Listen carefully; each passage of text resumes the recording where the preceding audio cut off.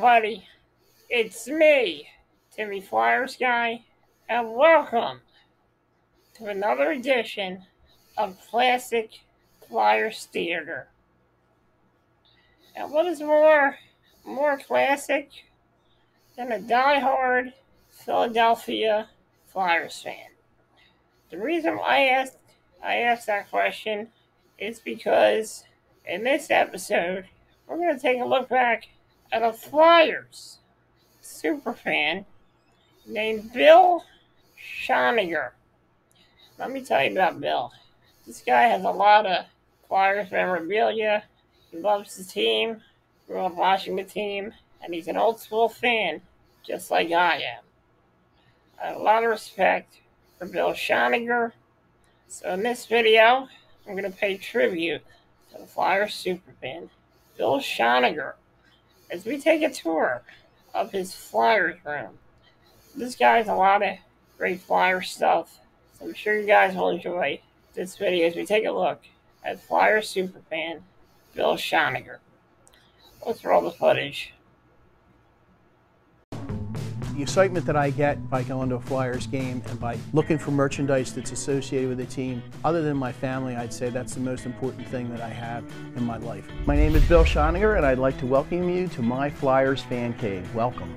Flyers handkerchiefs, hair, toothbrush, soap on a rope, belt buckles, a calculator. This is a very well-worn book called The Top 100 Hockey Players. I used to read this book to my son, and as he got older, he said, "Well, Dad, why don't we try to get autographs from each of the guys that are in the top 100? Everyone from Marcel Dion, Ted Lindsay, Guy Lafleur, Bobby Orr, Bobby Clark, of course, Mario Lemieux, Gordie Howe, Sid Abel, every Flyer coach as well as Flyer player that won the Stanley Cup."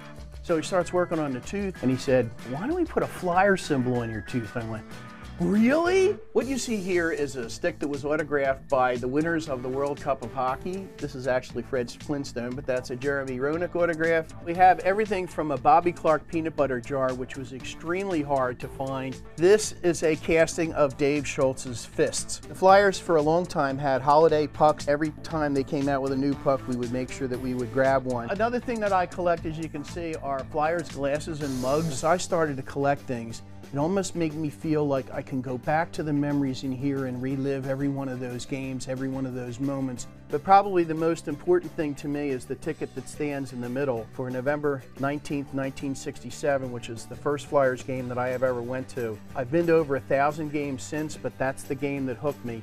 The violence, the brutality of people body checking one another in a game, there was just something that drew me to it. We decided to put on this wall all of our personal family favorites. We meet together and decide, okay, is it about time to take Mike Richards off the wall? My daughter is a very big Brian Boucher fan. She definitely doesn't want to allow him to go. We do this as a family thing. When we think about the Philadelphia Flyers, it's not I go to the games or I go with my friends. It's family time. When we made the run to the Stanley Cup Finals against the Blackhawks in 2010, I talked to my daughter and my son, who I go to the games with, and I said to Kirsty and Billy, "Do you think we should bring the cup to the game?" When we got to the finals against the Blackhawks, they said, "Yeah, you gotta bring it." And boy, did it grab a lot of attention. We were all at Game 6 against the Blackhawks, wishing and praying for the best. And unfortunately, that didn't happen in 2010, but we came awful close. But I will admit to you, and if you ask my wife, she'll tell you the story. If we win the Stanley Cup, I told her I won't be home for about 3 days. All I'm going to do is celebrate with all my fellow Flyers fans. It would have to be one of the highlights of my life.